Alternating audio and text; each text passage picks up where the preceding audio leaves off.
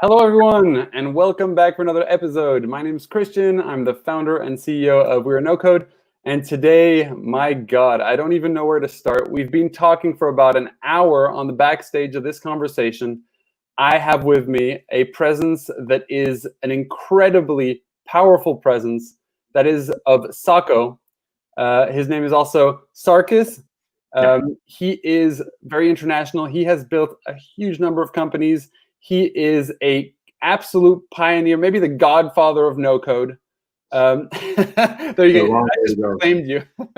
And just such also, and more importantly, an incredibly good human with what I believe to be a very good moral compass. Sarkis, thank you so much for coming and joining and participating in this interview. I know we're going to be all over the place. We're going to talk about life, death. We're going to talk about the why. We're going to talk about, we were talking in the back end about cartoon characters as well. That's what I love about you. You have so much to offer. I appreciate you. And I think the best interviews are with people you can relate to. And I know our experiences in business and on a personal level are very similar. So I told you before the interview, I want this to be very blunt interaction. I can't have these kind of conversations with everybody. So I would love for us to just kind of put all our cards on the table and just dive into why we do what we do. I feel like people just get vulnerable. What company they built or what product they built. But like very rarely do you understand really on a subconscious level why this person is doing that. And it's easy to say, well, money. It's easy to say, well, it's not that simple. There are many ways to make money, right? Yeah. I totally agree. So let's start off, because one of the things that just blew people's mind, it was one day you just came out, and this is just one of your products. You're an amazing product designer, turned sort of product builder through no code, and you came out and you just basically showed the world you had completely replicated PlayStation, right? and when you go to this, I believe it's webflow.playstation.io or something like that. PlayStation.webflow.io. Yeah. Perfect. If you go there, you're going to see what Sako built, and it is just such a beautiful experience. And the first question that I think a lot of us have when we go to that project that you've built is why? And I think that just that actual project itself and what you've built there is so incredible, because it's not, you could have used that energy to build a company or to, do this, but no, you used it to prove a point. And that's something that I love about you in the way that you create things. And that's, on all fronts. So tell us the why behind that. Was it to prove a point? Was it bring us through that process? I think everything we do is to prove a point, whether it's to us or it's to others. The PlayStation prototype was to prove what's possible with no code. And when people say, I want to create longevity, right? I want to create a legacy. I think everything you do every day is legacy. So I don't actually do anything unless I consider legacy, unless I consider can this serve a purpose beyond me? If today I created this prototype or I created this company or this project and I get run over by a truck, can it have longevity? Can it serve a purpose beyond what I intended at first? And the PlayStation, I could have created a lot of different things. Over the years, I've created a lot of software prototypes and such for companies privately. Unfortunately, I have a lot of NDAs with them, so I'm not able to share most of my work. But that's what I love. That's why I've become really proficient at creating prototypes and such. And I thought, and you do have an incredible portfolio that people can go and check out as well. Thank you. I appreciate it. So with no code, I've tried over the years to dive deeper and I show people what's possible with it, but I realized no code is still young. No code wasn't really even a thing until a couple of years ago, where it was first announced as no code. So it was kind of the question was where can we go as makers? How far can we push this? And I didn't really see anyone doing that besides some really cool websites. Joe Krug and from F and Suite, for example, he does some incredible websites and so on and so forth. But I wanted to say, okay, how do I shut up all these developers who think no code is just a gimmick? That was the goal. I know these developers. This was some of their best friends, and I tell them, I'm going to shut you up. And they're like, well, good luck with that, because we have all these tools, we have these languages that are this arsenal we put together. I said, okay. So in a few days, I put together an entire PlayStation prototype. It's featuring nearly 2,000 components. It features hundreds of interactions, dynamic animations, and so on, all happening in one single frame on your browser, in your browser. It's over 250 megabytes when it finally loads, and it takes 3 seconds to open in your browser. It is a stunning example of what you can do with no code. And to date, I believe it's actually the most advanced Webflow project ever made. Now I'm following it up by rebuilding the entire Mac OS. So I was about to publish that, and then Apple had to go and introduce the complete overhaul of their new operating system. I was like, come on, guys, like, you couldn't let me have my moment, right? You had to come. I'm like, yeah, fine. I heard from an internal source that they just did that to mess with you, man. I think so. I think so. They were actually testing your no-code skills, really. They're like, how quickly can you pump out the new version? Yeah, I feel like they're just, they're just trying to test their ideas through me. Like, let's just see him suffer over there. So anyways, I put the PlayStation together, and Vlad Magdalene was very kind from Webflow, the CEO of Webflow, to share it. He didn't tell, I didn't have direct contact with him or anyone else. He just one day just published on Twitter, and it just took off like wildfire. And I was like, okay, well, this means the community is ready to dive deeper into these tools. They want to see better examples. So I said, why don't I just keep doing this, right? So I dedicated 2020 as the year of no code. And as a product designer myself over the years, like the last 10, 15 years, I really have gotten exhausted of just what web design and product design has become today. It's become very saturated, very cookie cutter, copy paste, and it's like, what can I do to maybe leave a legacy here to show them kind of like a path forward from my experience, right? And say, this is what I think, this is where I think web design should go. So outside of no code, there's a lot of things I'm doing to kind of like my outing, if you will, because I really want to focus on much more important things with my skills. I'm just done with web design and things like that. Like, I'm very passionate about it as a designer. I'll always be a designer. No matter how successful or unsuccessful I am, I'm always going to be doing that. But I do feel like I have a few goals where if I did this, I would be satisfied to say I did everything I wanted to do in product design. And I feel like, well, I mean, product design also is so broad. Yeah. I think it's not just, I mean, I'm always doing product design. That's how you build companies. I build, but I'm referring very specifically to virtual product design, like websites and software and so on and so forth. I'm not happy with the obsession that people have with software. I feel like software is really like, COVID really proved just how unimportant all of our ideas and our software really is. And I feel like I want to definitely, I saw this early on as well. I've been kind of exposed working with the scientific community for some things, other things I'm doing.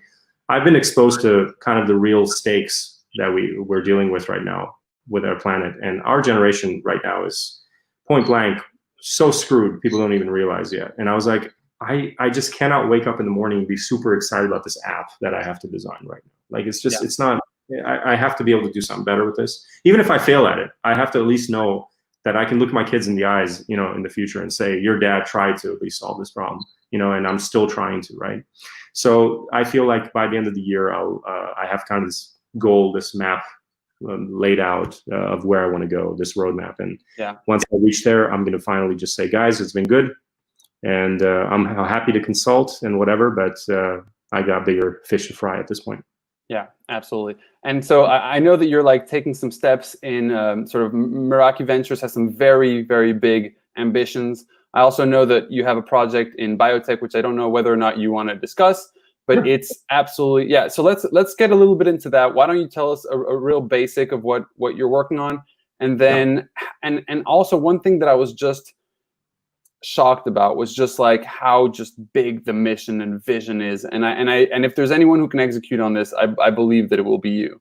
So tell us a little bit what you're trying to do, both maybe on a basic level what the business does, and then what the implications on like a more global level are as well, because I think that's quite impressive. Sure.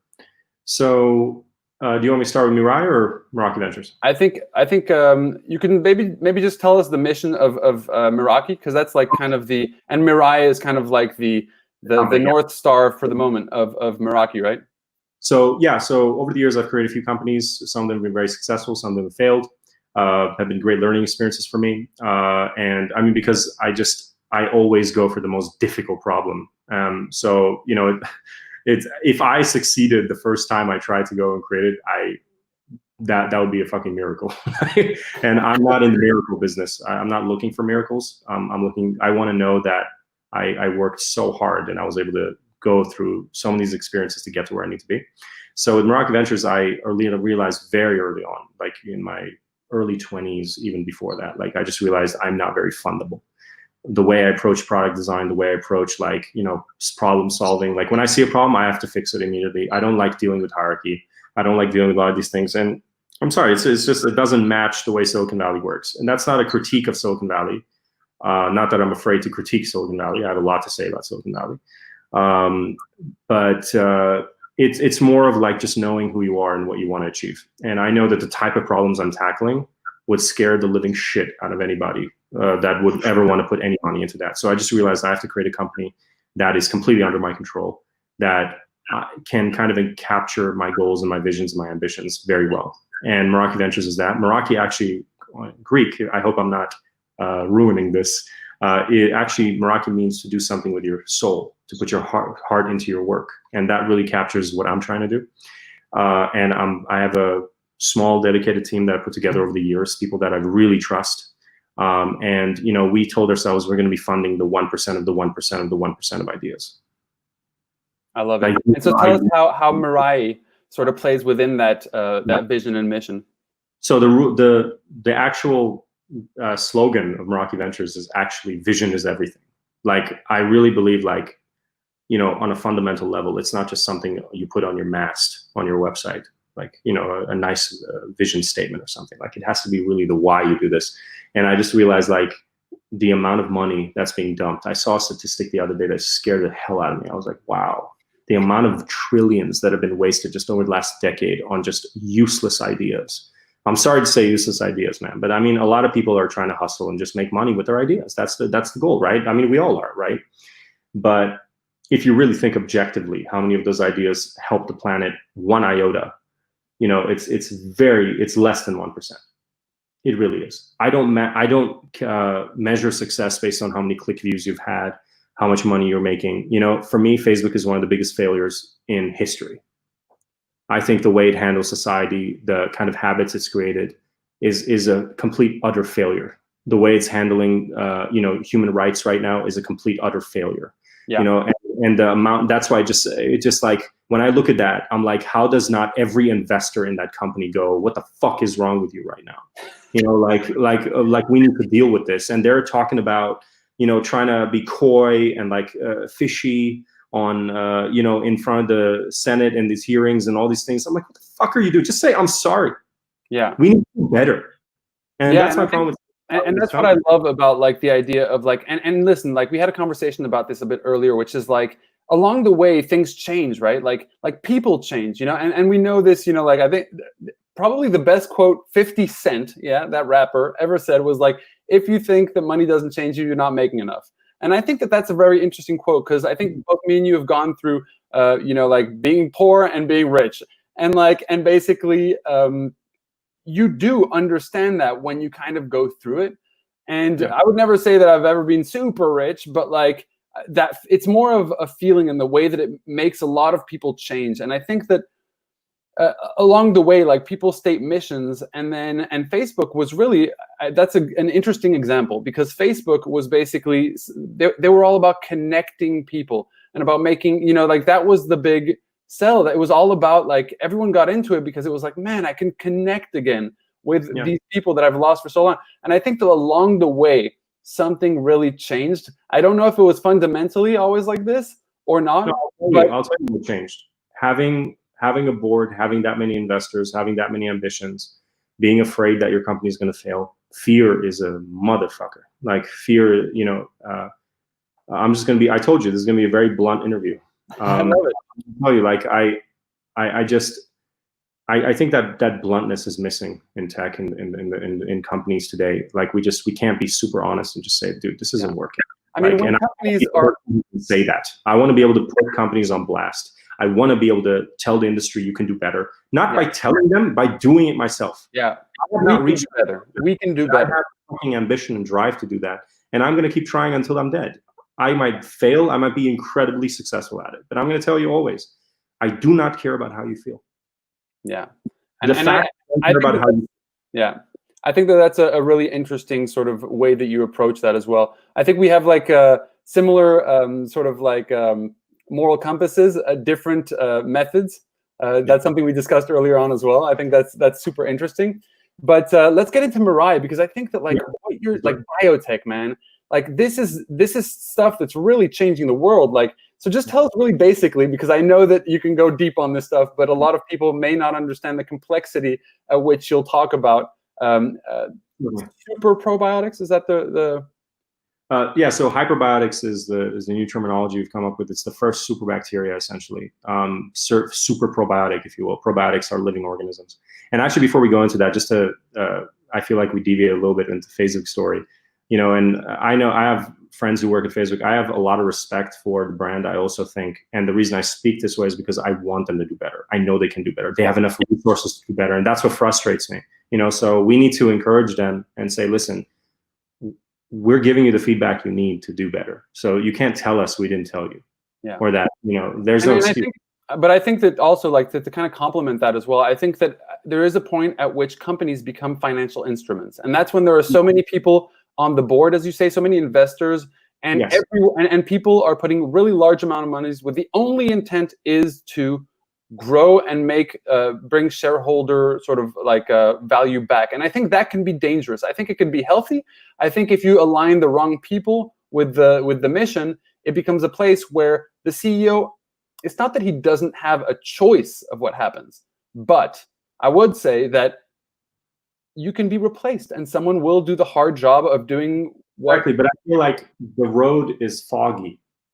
You're not really sure where you're supposed to go. And I feel like, you know, being in that, I wouldn't even know what it's like to be stuck in that world. Like to have that much money on the line, that many vested interests, so many people trying to just tear you down, you know? So I definitely empathize. And I wouldn't know the first thing about being in that world. And I hope that I never end up in that position where I am scrutinized on that level. I hope that in my work, I can do maybe a little better. I do feel like Mark really got into that very early, very young, where he just got thrown and chucked into that world, you know? So, but with Meraki Ventures, what we're trying to do is we only want to fund companies that are just so effective. They're just so one of a kind in the way that they tackle problems. And their vision is so unique that it's worth dumping as much money as you possibly can into that idea, right?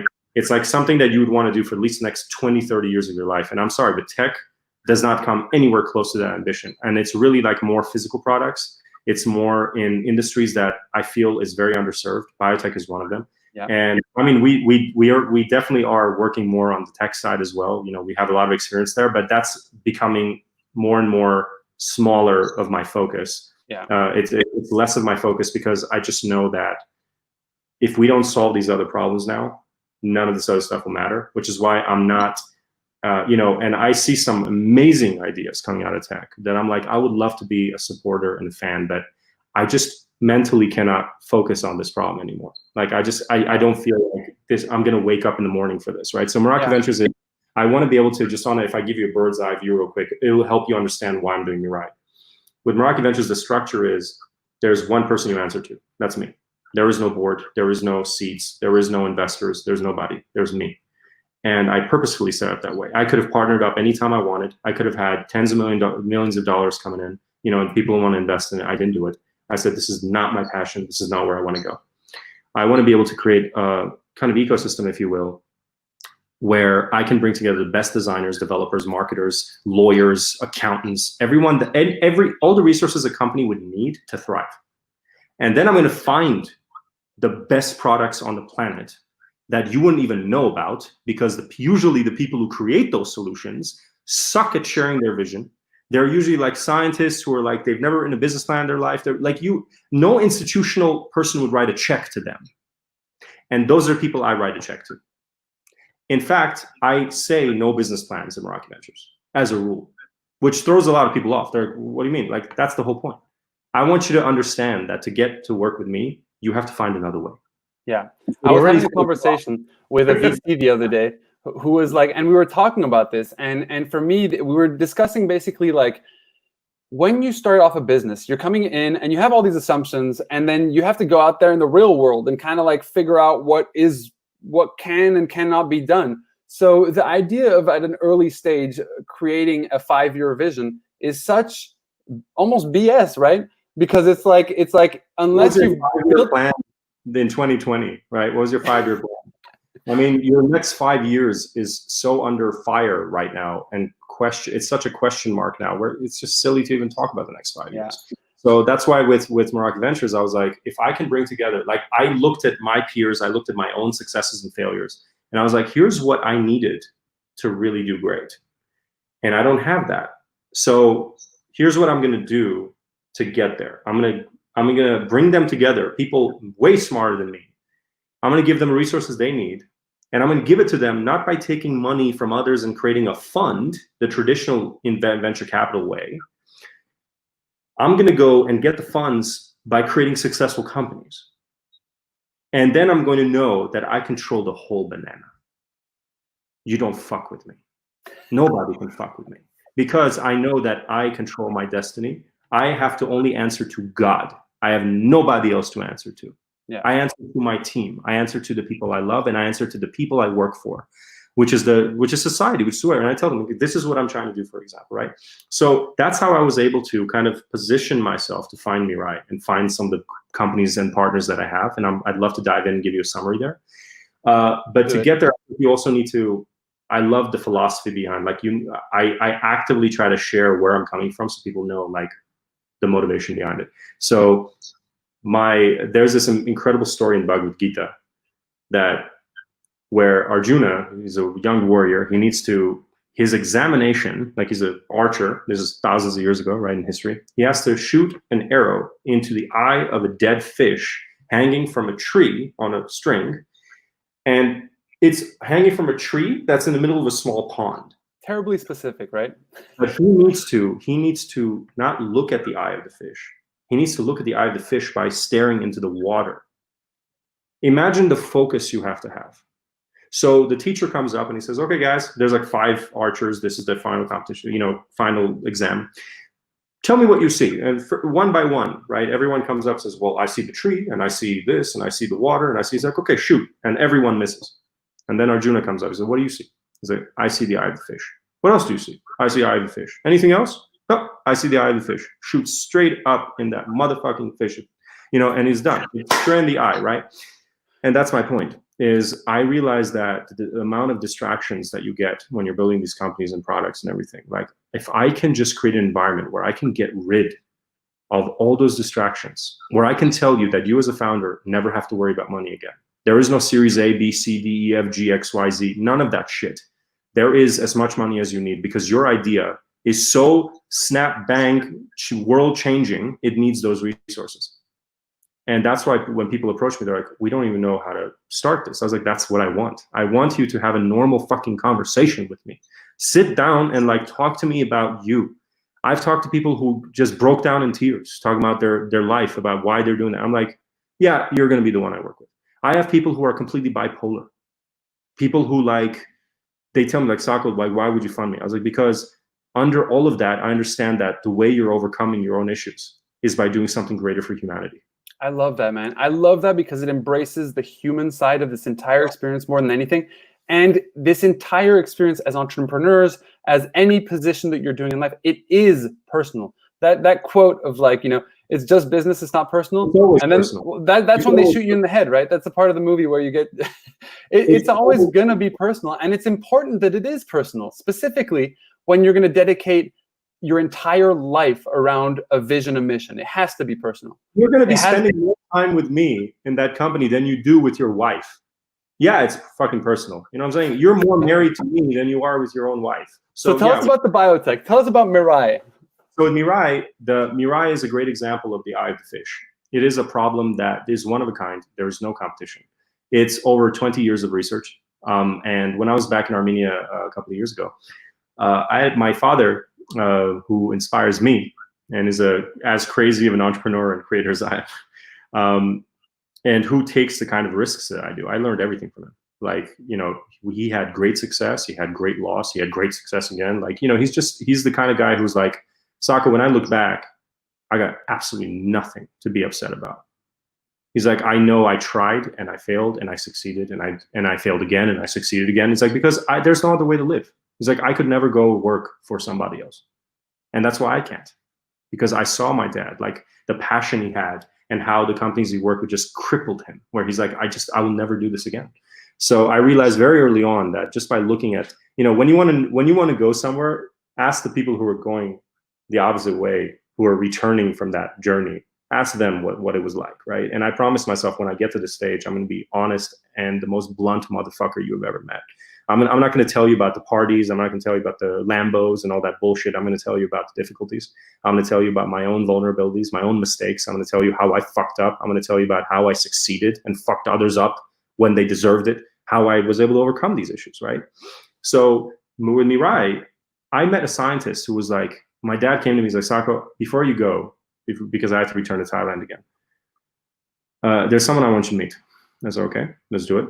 And my dad is very deep into the culture, arts. Like I come from a musical artistic family, so he was very deep in that space. And he says, there's a scientist you have to meet, and he's in his 70s, and he's had the same experiences that you have. I was like, what do you mean?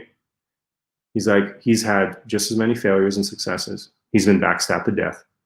He's had, and out of all those experiences until today, he is struggling to launch this one product that he spent his entire life developing. And if you don't meet him, you're not my son. That's what Armenians do. It's just a little bit of blackmail, You already sold me. I'm good. Let's Emotional blackmail. My dad knows that my level of unique has to be here. Like, this has to be the thing you want to die for. It has to be that one of a kind for me to even consider doing it. So I went in, I met him, one of the kindest people I've ever met. And how empathetic he was. He never blamed anyone for his success or for his failures. He never, and he was so honest, to people he's never met before. He was like, yeah, I got nothing to hide, man. And, and I just realized, that's the honesty that you get when you know that these are your final years. It's like, what am I hiding? What am I hiding exactly from who? I want to be open. And I developed one of the most honest and open relationships with him. His name is Alexander Selimian. And so in a nutshell, what he was able to create is, in the 90s, he was able to discover through biotechnology, what he was able to do is extract a super bacteria through fermentation and isolation with the I'm not going to go too deep into the science here. I'm trying to keep it as simple as possible. But basically, these bacteria, when you feed them to animals, it's able to completely organically upgrade their digestive system. And that impacts the entire planet. And I'll tell you how. So what it's able to do is organically boost their growth, so you don't have to worry about all these hormones and all these other things you're feeding them, right? It replaces antibiotics, which is that's one of the most crucial issues facing our planet right now, is this post-antibiotic era, when we can't even use medicine anymore because these bacteria are so powerful. And the meat industry is pushing us towards the post-antibiotic era every day because they use so much of it. They use the majority of antibiotics, right? And COVID and things like this is all, again, symptoms of that industry, of the food industry. It increases revenue, decreases operational costs, eliminates toxic animal waste, eradicates all the smells, the putrid animal smells, and reduces pollution like you've never seen before. So just to kind of give you the highlights here, okay? There are over 150 billion animals being raised every year. There's only 7 billion of us. We live on a farm. We don't live on a planet, okay? And most of our resources, 2/3 of our food, our water, is all for those animals. We don't have access to that stuff. So with this one super bacteria, what we do is when we extract it from the milk, we ferment it inside of milk, and these bacteria are able to produce amino acids on a scale of billions. They multiply like crazy. We basically perfected fermentation. And then you take these bacteria, you dry them up, you dry up this powder, these amino acids basically, right? Amino acids is what our bodies need to function. And then you feed it to these animals, and you just feed them 30 grams of it. What happens is their waste that's toxic, that cannot be recycled, by these by farms, right? It just ends up in silos, or it ends up, destroying the earth, all the pollution and stuff. Most of the CO2 emissions, like methane emissions, are coming all from farms. People don't even know that. If you took away all the cars and all the plastic, it's only like 13% of the pollution. All the rest is coming from industrial agriculture, like from farting cows. Yeah, not just that, but like just the way, not just that, but also the waste and the waste management, all that, right? All the waste turns into healthy manure on arrival. And all you have to do is just feed the animal a better supplement, and it just solves that problem. Then the smells, the methane emissions go down by over 60, 70% in 24 hours. We've done this test. We have 100% success rate everywhere we've ever done it. It's never failed. And in addition to that, the amount of water and food that these animals consume goes down by 30, 40%.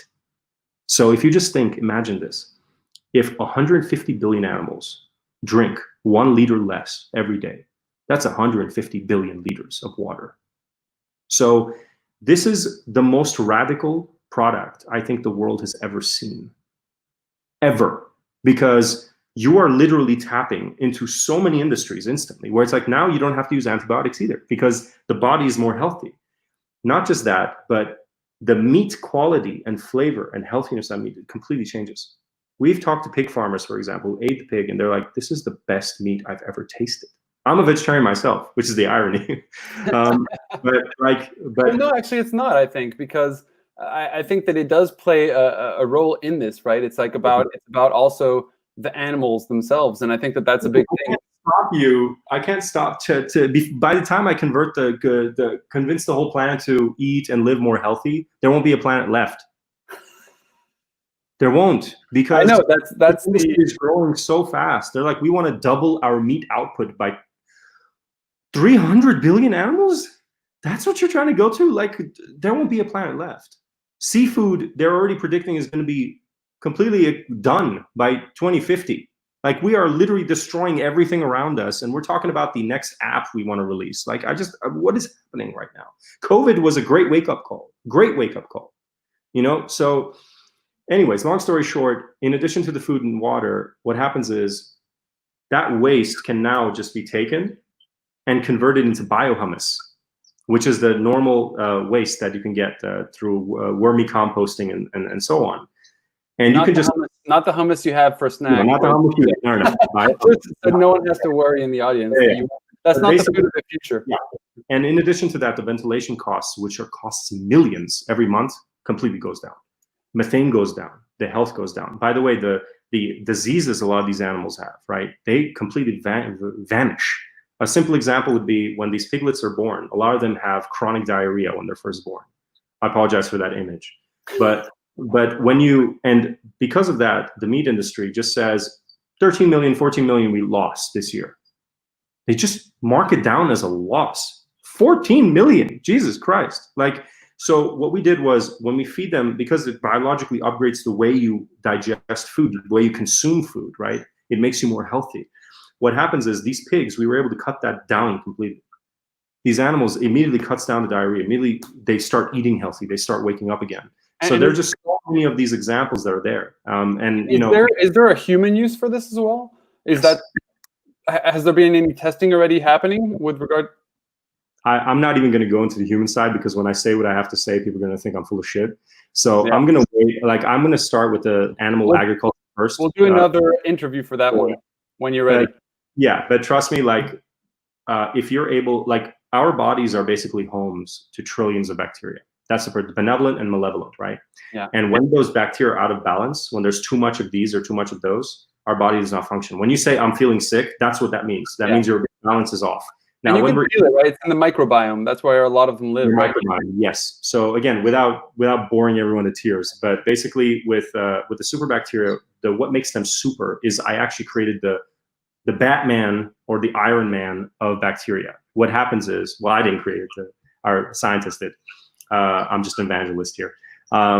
With what he's been able to do is, through the fermentation process, these bacteria get a suit of armor, an acidic suit of armor, because they're producing so many amino acids in the fermentation process that when you consume these bacteria, they're able to travel through your entire body. But the stomach is so acidic that most of these probiotics, quote unquote, that you're having or whatever you're consuming, they just die before they even get to your stomach, before they even get to your immune system. But with these bacteria, they can travel freely through your entire body. So they change everything in your body. They change the structure. They change the way it works. And these animals, they get addicted to it in a good way, because it's kind of like if you can't walk and I give you a pill that lets you walk again for one day, you're going to take that pill for the rest of your life. Now with these bacteria, the thing is your body naturally, because of the conditions you're in and the food you're eating and so on and so forth, your body goes out of balance very quickly. So once these farmers start using our product, they can't stop. Now, here's the crazy part. The operational cost these farms have is in the billions. It's insane how much money these companies spend, right? And I'm right now, for example, working on a deal with the largest industrial agriculture company in China. These guys have 1 billion animals. And I have the only product that can help them. There is no competition. So with our product, what we can do is we can tell these farms, listen, you don't have to buy it from me. I'm going to literally give you the mango tree. You don't have to worry about getting the mangoes. Why? I can cut down those costs too. Forget packaging, forget like shipping and all handling and all this bullshit. We have developed the simplest way of developing the most powerful probiotic. Like probiotics are really tough to develop, really tough, right? You're talking about living creatures. These are living bacteria. It's not just like a sugar or something. I can just manufacture it in the billions. So what we've done is the process of manufacturing this is very, very cheap, very efficient. You could basically produce millions of kilos a month for like less than what it would cost you to set up a simple factory. Like, it is insane how cheap it is. It costs us like less than what, like 10 cents or something to produce 1 kilo of this product.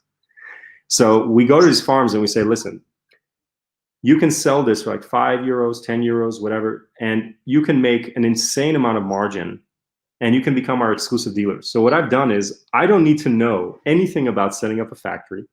I don't need to get into any of the logistics. They do. They become, I'm using my experience in the restaurant business as my motive here, as from a franchising standpoint. So I'm basically franchising biotech. I think I'm the only person that's ever done that. Like, that's what I mean by one-of-a-kind ideas. The way I tackle problems is really fucked up when you think about it sometimes. So that's why I need to have the freedom and the levity to be able to make these to try it, to see if it works. And it has been working. So we've been able to close some of the deals with some of the biggest companies. And what these guys are saying is, if what you're saying is even 1% true, you know, like, that's it.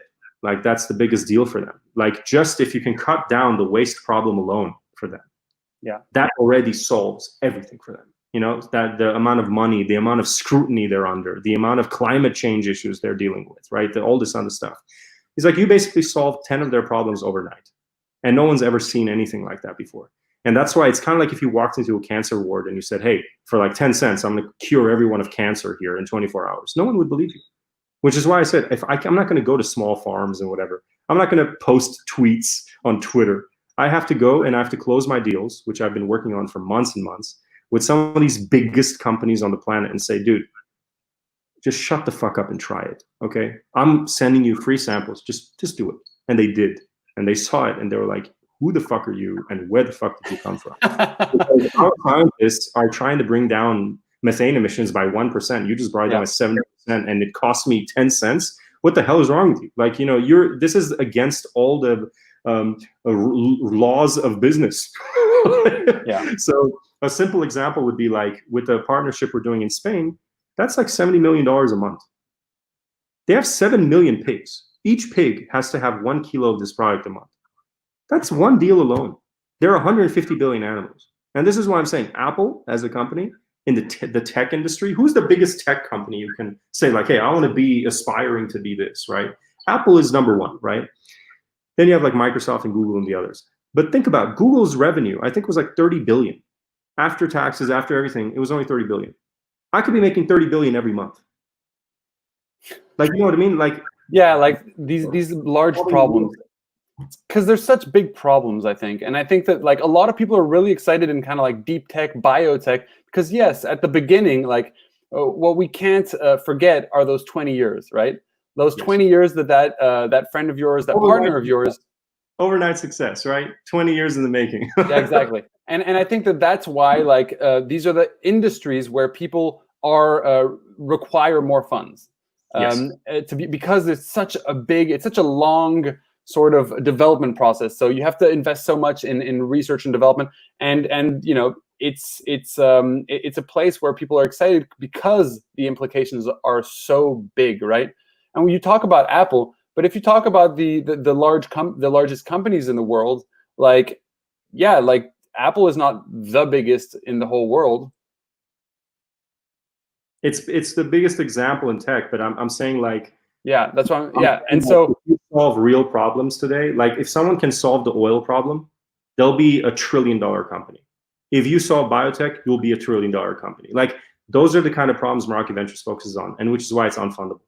I have to fund it myself, and I have been funding it myself through lots of scrutiny, and that's why I say, like, I want to be able to tackle problems I feel passionate about, and I want to tackle it in unconventional ways that would just make everyone else turn their head. So with Mirai, my goal right now is, I'm telling these companies, like, for example, if you have 1 billion animals and you need me to produce that for you, do you know how big, what kind of operation that is? That is insane. I have nowhere near the kind of experience to be able to develop something like that. But what I can do is I can give you the tree, and I can tell you how to grow that tree. Yeah. And for them, building that up is nothing. It's so affordable for them. It's like, it costs them a couple $1 million to set up the whole operation. It's nothing. So that's what I'm pitching to companies. And what Mirai does is it's just one, the same bacteria that I'm referring to can be used for so much more. It can be used to improve how baking is done. It can be improving how we create alcohol. For example, yeast is a really big problem. Like, when people get so, obesity and all that stuff, that's because of yeast. That's because of a lot of the other issues, a lot of the additives and things like that. This bacteria is able to eat all these negative supplements and the negative elements inside this food, in these things. So it changes the way everything works. And that's where I realized that, Jesus Christ, we're talking about changing the world. If you can tap into microbiology is what governs the whole planet, right? That's where medicine comes from. That's where all these things come from. So I'm like, that's the industry I want to focus on right now. These are the bigger ones. I love that. And one of the quotes that I loved is, like, the highest tech is actually nature. Like, the way that your body, let's just think, the way that it recovers from a wound, the way that it adapts to certain circumstances, it is the craziest technology. And as humans, a lot of what we've built in terms of technology has been a reflection of that technology and mimicking it. So it's biomimicry, right? Is the name for it. And it's basically just taking these things that we've learned from this crazy high-tech world, which is nature, and figured out ways to build machines, to build, like, software, to build, like, different things around that.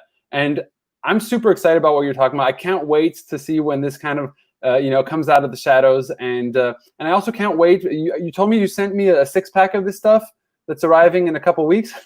I'd love it. But check this out. It's funny you bring up nature, right? Because we were about to close the biggest deal of my life, like, a few months ago.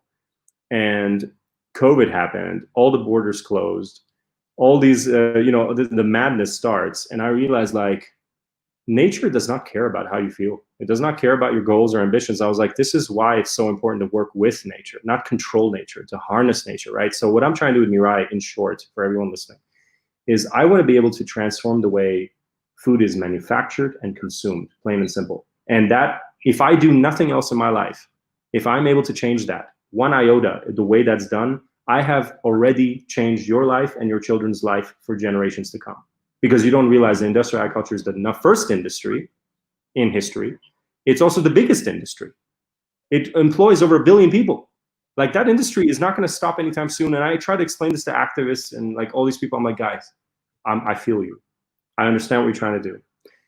But you are never going to stop industrial agriculture. The best that we can do is optimize it. It is a giant operating system. You are never stopping it. It can't be stopped. It's a wheel. It's how we eat food. It's how, like, you're not just be like, everyone just take a breath. Let's just stop for one day and, like, figure this out. Just relax. Let these vegetables grow themselves. Yeah, exactly. So which they can, right? But someone has to plant them. Yeah, but I said, like, if I can optimize it, and so far, because I am in the scientific community, right, and I work with these scientists, nobody is proposing any real actionable solution to say we can solve this and solve it. They're all like, we're researching. I'm like, research faster, man. We're in a really hard time right now. And funny thing is, the reason, if you want to say like, what's the best reason for Meraki Ventures to exist versus all these other venture capital firms, is because the solution for half of our problems has basically existed for 20 years and nobody fucking knew about it. Why is that? Because these companies are not looking for Alexander Samian. They're not looking for a crazy scientist. They're not looking for Sacco. They're not looking for these other people. They're looking for the next Google. They're looking for the next Apple. I'm like, why set the bar so low? To me, that is a very low bar. But I also think like for the people who are in those positions currently of power and of having reached all the money and glory that they possibly could, I think that those are some of the people who should start stepping in and being like, I have the funds to fund all these crazy. And some people are, but a lot of times you see that it's just kind of like crazy people are. Crazy investors who are like, I just want to take a bet. I want to be an angel investor. Yes, those people are. But I'm sorry, in all the other spaces, barely anybody.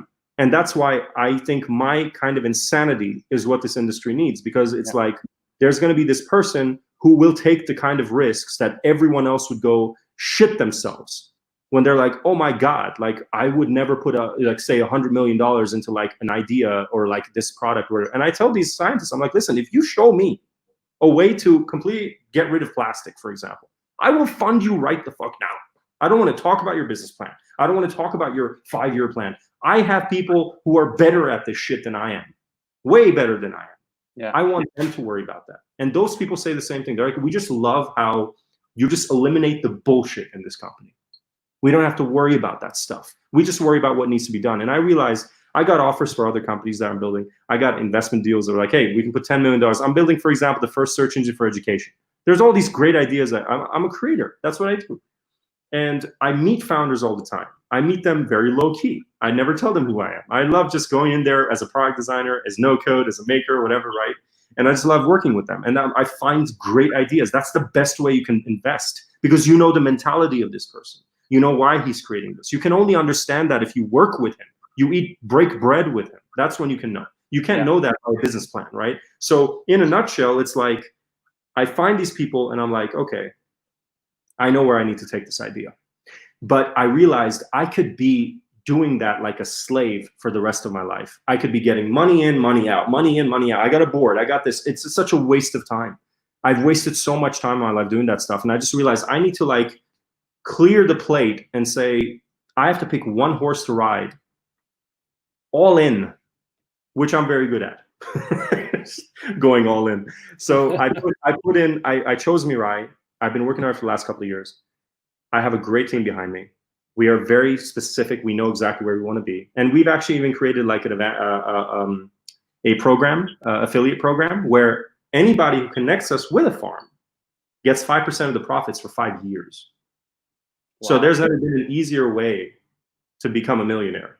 And I said, like, I just want to share what I have. This is not like one person. I make enough money from Mirai to like cover anything I ever want to do. You know what I mean? I can share that. I can make that part of the community. What I will never do is take investment. I would rather put a fucking bullet through my skull than take investment for something like this. I'll tell you why. You cannot allow anybody else to control this. I cannot ever guarantee that the person I work with that kind of money you're even talking about here. Think about it. Even if you price your product at $1 and it costs you 10 cents to produce it and you make a 90 cents profit, you're talking about times billions of animals. And that product has to be consumed every month. That is a level of fuck you money that no company has ever seen. Not Google, not Apple, maybe only the oil companies.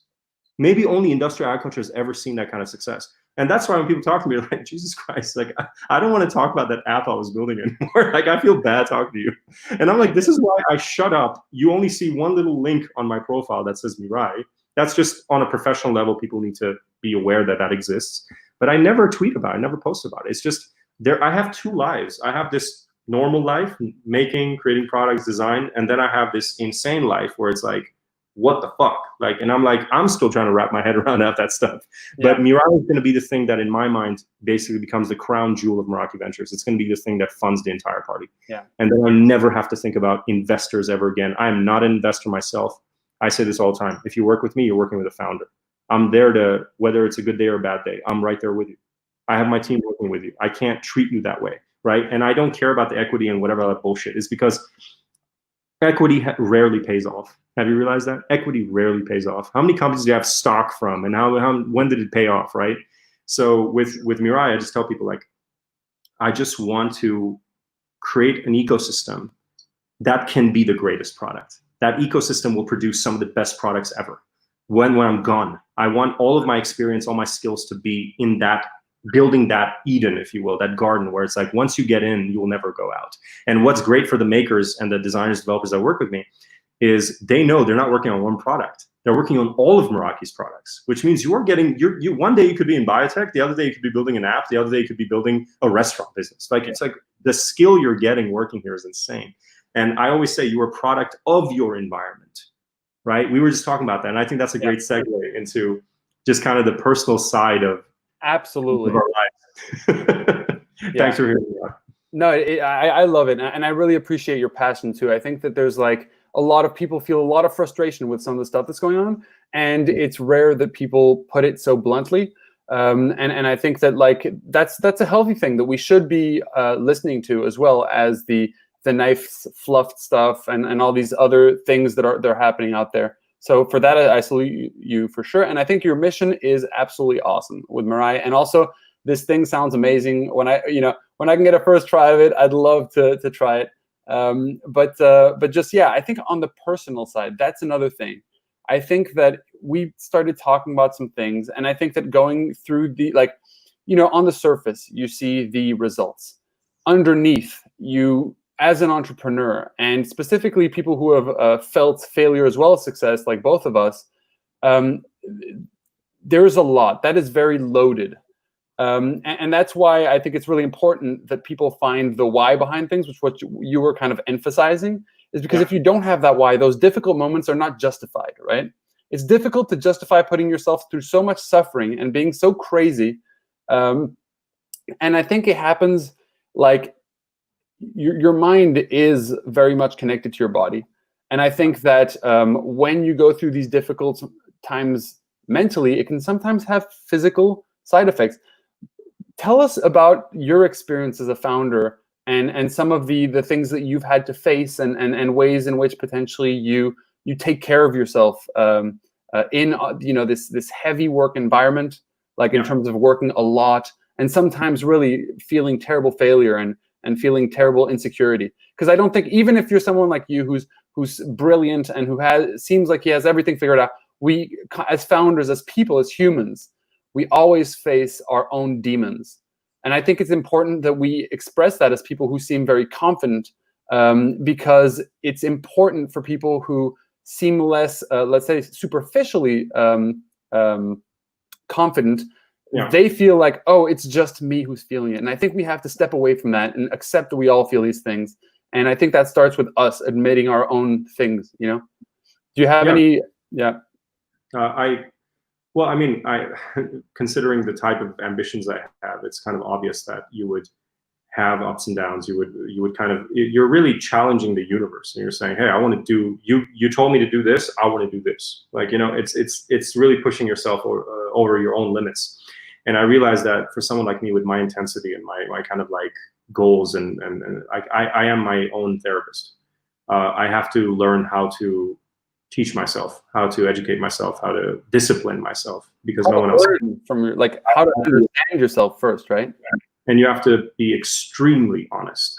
The hardest person to be honest with is yourself, to know, like, why this happened or why that didn't happen. And I've realized the thing I'm most proud of is, like, no matter what ups and downs I've had, I never was vindictive. I never went after everybody. I realized that early on, like, with the amount of power and, like, let's say, control I have with the types of things I do, the outcome is always in your hands. That means you must have done something, or you must have said something that led you to that place. Maybe you were too nice. Maybe you weren't nice. maybe you just picked the wrong people. Maybe you're just in the wrong place at the wrong time. It doesn't matter. But you always control the outcome. And I know because of the intensity and the pressure cooker kind of environment I've been many times in my life, I realized that how important it is for me to always be in the right environment, to be able to be in the right mindset. It can really fuck with you. And it's fucked with me many times, where either I just wasn't happy with where I wasn't happy with my team, or I wasn't happy with the culture I was in, or working with other people in other companies. And I just realized that I have to create my kind of environment for me. I am that kind of animal. I can't just adapt and just I adapt very easily. I've traveled all my life. I'm not talking about I'm a chameleon in that way. I can solve anything, any situation I'm in. But I felt like for the next 30 years, I would say from 30 to onwards, as many years as I get an opportunity to live, I have to be able to be in my environment, a lion, pick out my own reserve, if you will, and say, this is where I want to be with the people I want to be with. And I want to create some crazy fucking shit with these people.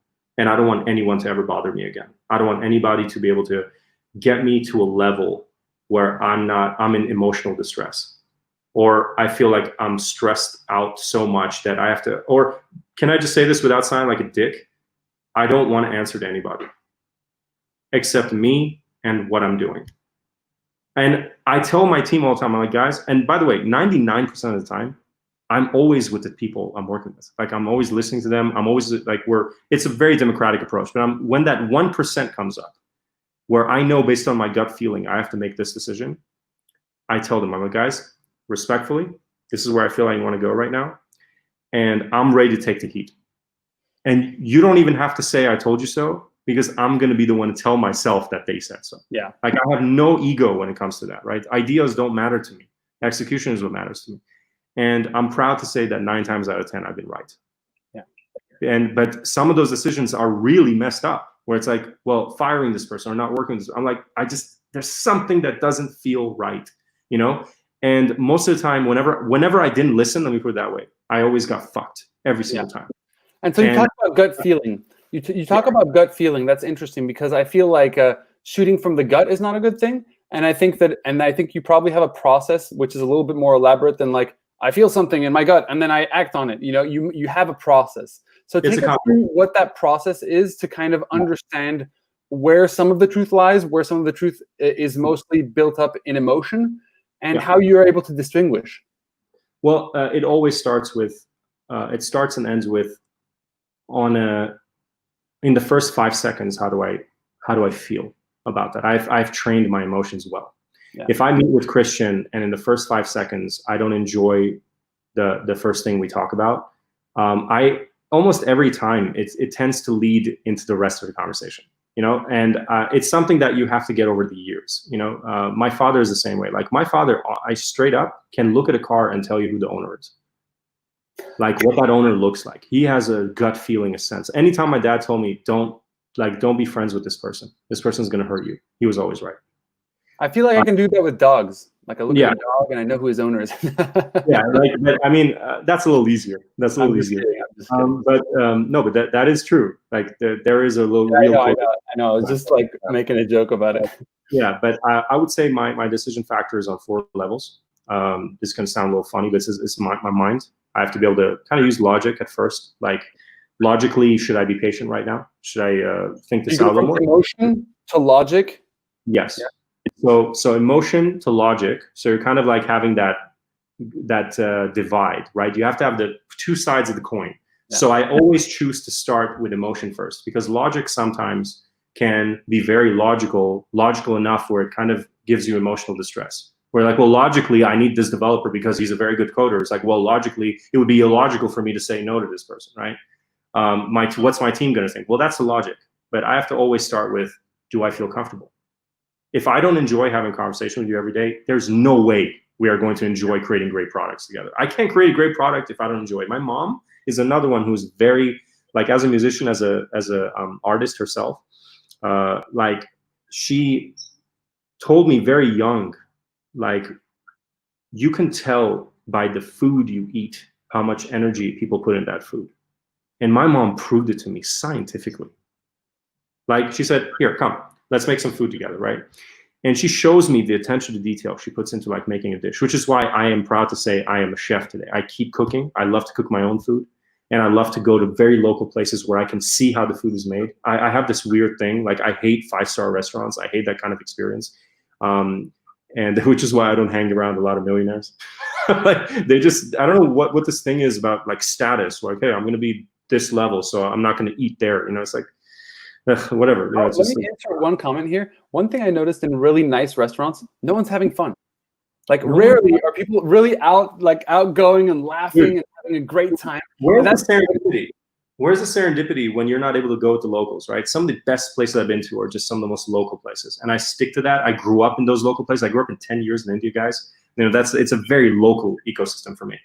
So anyways, a long story short, it starts with emotion first. How do I feel immediately? I like it, I don't like it. And I don't let that get to my head either. I'm like, that's your first feeling. You could be totally wrong. And, you know, like, that's why I never just let that get carried away. Then I go logic, then I go heart, then I go gut, then I go balls. I'm like, do I want to make that decision? Would I feel comfortable that way? And that's the way I do all my decisions in my life. And I feel like early on, a lot of my decisions were more emotional, where it's based on friendship. It's based on, I would stand up for this person. I would do this and that. I got completely brutalized like every step of the way. And I got hurt and other people got hurt because of that. You know, it's like, and I always try to bring everyone together again. I always try to help everybody, but I realize like I have to stop trying to help everyone. I have to stop trying to be the answer to everyone's problems. And, you know, because I really, seeing a lot of the poverty in my life, seeing a lot of things I've seen, like I have this obsession with like making sure everyone around me is better off than I am. And that's what drives me with Meraki Ventures and stuff. And I'm like, okay, but to do something like Meraki, you can't use that principle. You, in a way, have to use your principles to create the company and then not use those principles to build it up. Because I agree. it's a weird place to be. Very similar experience too, where it's like, and I think a lot of people like kind of go through this, right? They're constantly trying to help people. And this is one of maybe the things that I do too often, is really trying to help. And sometimes it can be like, that's where you also see that there's reciprocity sometimes, where you feel the energy back. And it's not about, it can be one way in terms of the giving, but when you feel gratitude back, that's fulfilling you. And I feel like sometimes like in trying to help everyone, you're kind of, you're tying yourself and limiting the ability to actually help in a deeper way the people who can really take. So that for me has been a difficult thing in my life, where I've had to figure out who are the people that are worth me sort of helping, and also realizing that that you're not gonna change anything in people's lives. You can help them get to the places where they're making the breakthroughs through themselves, through connection, through empathy, through love. And it's like a therapist. You can go to the therapist every day of the week, and unless you take the learnings that you're learning in talking to the and like apply them actionably into your life, nothing will change. And that's just the basis for me. We were talking about comic book characters earlier. I want to touch on that again. Let's finish on that. I love that. Yeah, I think like the greatest heroes don't go out to conquer others, they go to conquer themselves. They see a problem. Like if you notice, right, what is Batman trying to solve? He's trying to solve the let's say the opposite to himself, the things that are contradicting his values. So that's a constant battle of like, well, how do I solve this problem? How do I overcome this?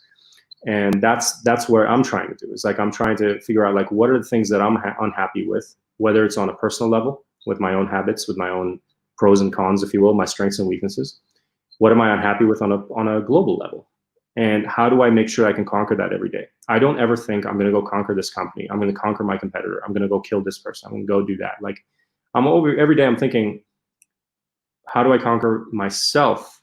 And by doing that, I can set an example for others. And that's really the beauty of like characters like Batman and stuff, which is why he's my favorite character. It's not because he's a billionaire. It's not because he has a big giant tech suit. It's because he, as a human being, understands the hypocrisy of being a billionaire that's trying to just, you know, save the whole world. You know, like he understands the amount of success he has, and he's like it's almost like he doesn't belong in that world, you know, and he's trying to set a higher example through his own actions. He doesn't speak about it. I love how he says, "You'll never have to thank me. You never have to thank me, because I'm not doing this for you to thank me. I'm doing this for me, because if I don't do this, I can't sleep at night." Right? It's like, how is it that he has everything he needs, but he can't sleep at night? Right? And that's my thing. It's like that. The answer to that, what you were saying with the why.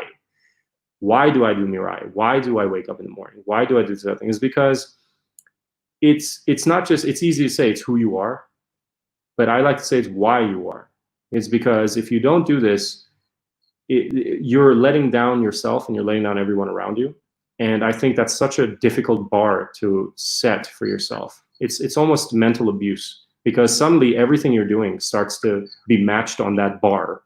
You start to measure it on that scale, and that's just an impossible scale to live up to, which is why in my life, in my 20s were some of the most brutal years of my life. I did not have the parties. I didn't have the girlfriends. I didn't have the breakups and everything. Like, I had a very weird kind of 20s, building lots of success, couple of failures, ups and downs. Like, you know, now, like, we went from this to like Mirai, and it's like, holy shit. Like, and I realized in 2019, I'm about to go on another roller coaster that is going to shock my life and probably shock the rest of the world.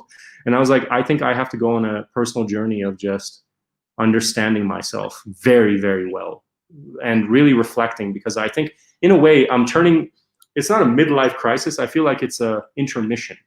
You have a choice where it's like, I feel like 20s is really the first time you get to leave your home. A lot of experimenting. Yeah. And then like figuring out who you want to craft 100%. for the growth phase of the rest of your life, right? Yes. I love that. I feel like the 30s now is where I'm going to either create the greatest products of my life, or I'm just going to fall flat on my face. But I'm going to be happy either way, because I really feel like, you know, it's very easy when you don't have a lot of choices. A lot of people, they're like, I'm good at this, and that's probably the main thing I'm going to do for the rest of my life. In my case, because I'm kind of abstract and I have multiple talents, I'm kind of like a Swiss Army knife in a way. Like, that makes it difficult for me, because I have to make the choices like, well, what do I want to do? Why am I doing it, right? So it gives me this whole kind of, well, and I realize what's funny, anytime I try to deviate, anytime I try to like do something else, it just doesn't work. Like, the universe just says, nah, you got to go here. And I feel like when I look back and I trace back every weird thing I've been through, I can understand why it happened. And I understand like just how much of a blessing those moments were, when it could have been so much worse. Holy shit. Like, where the failure could have been catastrophic and the success could have been catastrophic. Yeah. Right. I think failures craft great entrepreneurs also because they have this way of just touching humble again. And, yes. And that's something that as a founder, like, you got to keep yourself in check. And I think that failure just has such a great way of doing that. Man. But also, I think also like understanding like how to, like you said, just going back to your roots. Like, that's why when people say, well, what are you planning to do? I was like, it doesn't matter what happens. I'm always going to be a product designer. I have to be able to go back and, like, even when I was running, you know, a couple of companies a few years ago, like, again, same thing. I go and randomly find some client or some person who's doing a project, and I tell them nothing about who I am in some remote part of the world. And I don't charge them $150,000. I charge them $1,000, $1,500, $5,000. I use the same principles that I used to use early on in my career. And it reminds me of how fucking hard I had to work for $1,000. That it doesn't matter, that the same energy, if you can't put the same amount of effort into a $5,000 project, you cannot put that same energy, you cannot build a $1 billion company. You just can't do that. Which is why for me, it's like, I have to understand, I have to keep my emotions in check at all times. And I have to remember why those emotions are there. And I have to use that anger and rage and passion and all the good things. And we all have those evils, right? Our demons. And I love this quote I've kind of put together for myself. If you don't choose your demons will choose you. Right? So I've chose my demons, and I've told those demons, I'm going to be using all of your abilities to do these other things. And every day I wake up, I'm like, how else can I do that? So I'm still getting there. I have a very, very fucking long way to go. But this is why I never try to, you know, talk about, hey, I just did this thing. I just did this other deal. I don't care about that. And I know one day, God willing, when I get to the point where I feel comfortable and humbled with everything, all the options and all the interesting things I'm doing. I'm at a point where I am ready to put on my suit, if you will. I feel like I'm going to be ready to take on the challenges that come. But right now at this stage, I feel like I still have to end one chapter of my life before I go on and take on millions and these deals and that thing. And I feel like COVID was such a perfect opportunity to just shut everything down and say, Sako, sit the fuck down, do something creative, like focus on it, and everything will happen when it needs to be. Yeah. I feel like, you know, God is guiding me where I need to go. The universe is taking care of me. And I've told the universe what I want to do. And maybe, you know, I'm here to serve. I'm not here to lead. I'm not the lead. And that, my friends, is why I was so excited to bring Sako onto this call, because I knew that he was going to be very real. We were going to go through business stuff, philosophy, personal stuff, and come out the other end with a beautiful sort of sense of all of these different things and how they all connect to each other. And that's what I really love to bring out into this world, and why I'm so proud to be able to interview people like Sako and others. So Sako, thank you so much for joining us here at the little interview. Well, 1 hour and 10 minutes now, but I think every minute of it was worth it. Where can people find you before we part ways? Twitter, Sarkis Buniatyan. My name is at the bottom there. I don't expect you to spell that out. And for those who don't know, who get confused, I promised I would explain this. Armenian names have a long version and a short version. So Sako, S-A-K-O, is just short for Sarkis. And so twitter.com/Sarkis Buniatyan. I'm primarily on Twitter. I'm not big on social networks. I love the Twitter structure. You can find me primarily there. And you can also figure out I've dropped some Easter eggs of what I'm working on LinkedIn. And when I'm ready to show you the rest of this kind of weird little jungle I'm putting together, I might be hopping on with Christian again. And yes, I love that. I love that. Well, thank you so much for joining and for sharing all your awesome experiences with the world in full-heartedness and also in rage. I think that these are parts of ourselves we have to accept, and I like that that you had the guts to present those sides to us today. So thank you so much for joining. And for everyone watching, thanks for watching. We'll see you guys soon. And I'll create an edited version of this so that you guys can all see the highlights as well. Thanks so much. Success. Cheers, guys. Yeah. All the best.